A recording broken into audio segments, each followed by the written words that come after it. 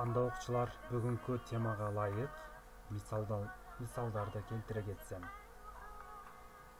Талаадагы жерлерибиз тик бурчтук формасында болушу мүмкүн.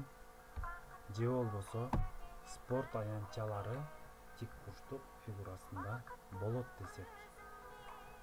Анда тик бурчтуктун аянты жанаша жаткан эки жагынын көбөйтүндүсүнө барабар.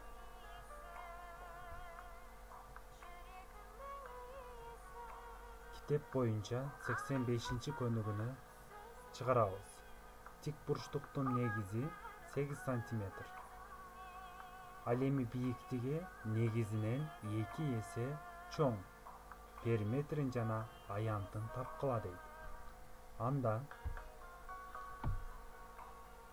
негизи белгилүү, бийиктигин табабыз дейт. Бийиктиги болсо 2 эсе чоң. Мына көрүп тургандай, биринчи бул формула периметр чыгаруунун, экинчи b барабар 8 см.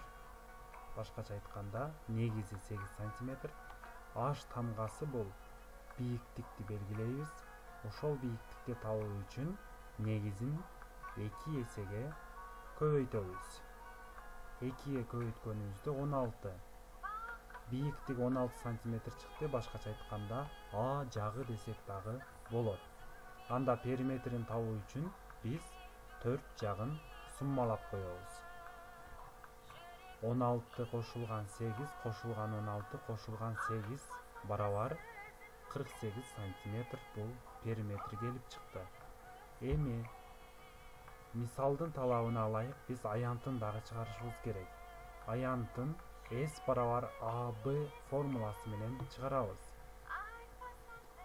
Башкача айтканда, А жагын B жагына көбөйтөбүз.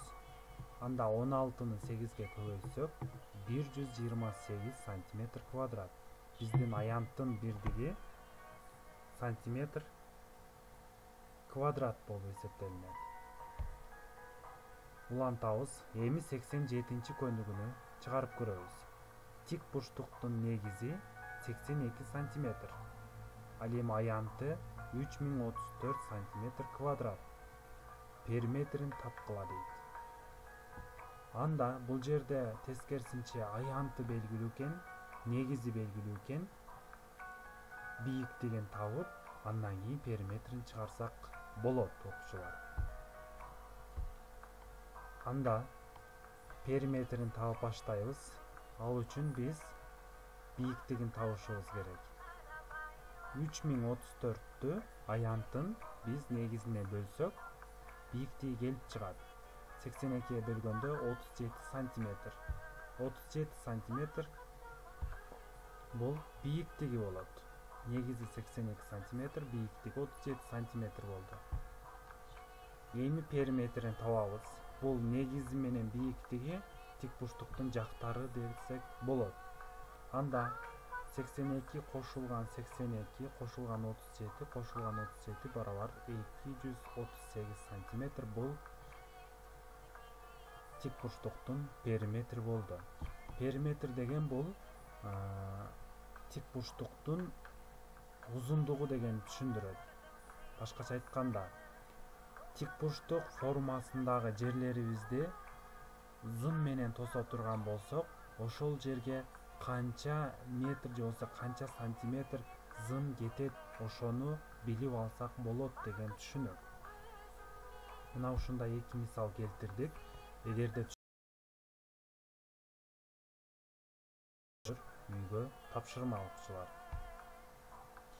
Андан сырткары, бул сүрөттө туурасы 40 метр, ал эми узуну 50 метр берилген. Ушул жерлердин периметрин жана аянтын тапкыла. Андан кийин бул жерибиздин 40 метр жана 20 метр болгон жердин дагы периметрин жана аянтын тапкыла. Көңүл бурганыңар үчүн чоң рахмат.